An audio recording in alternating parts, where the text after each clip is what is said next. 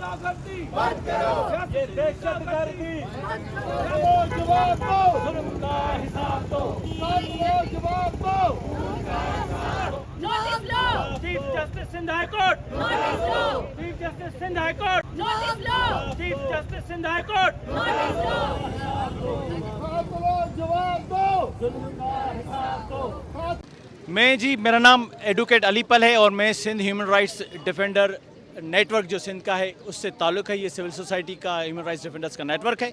आज जो ये प्रेस कॉन्फ्रेंस हमने की है और जो ये मुजाहरा किया है, ये कल हमारी जो मीटिंग थी उसका फॉलो अप है।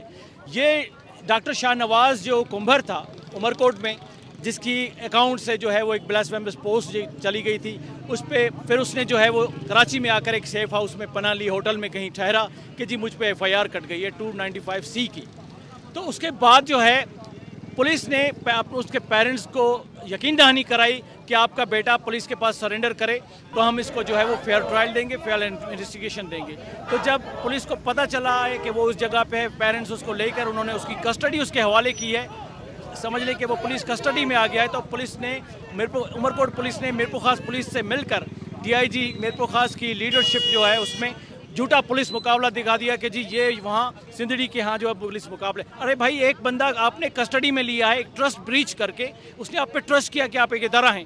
तो हमारा मुतालबा है कि ये जितने DIG मीरपुर खास, SSP मीरपुर खास और SSP उमरकोट, बाकी इनकी DSPs की टीम जिन्होंने झूठा पुलिस मुकाबला किया है, इन पे मर्डर का, शाहनवाज के मर्डर का केस दाखिल किया जाए और उस पर ट्रायल चलाई जाए।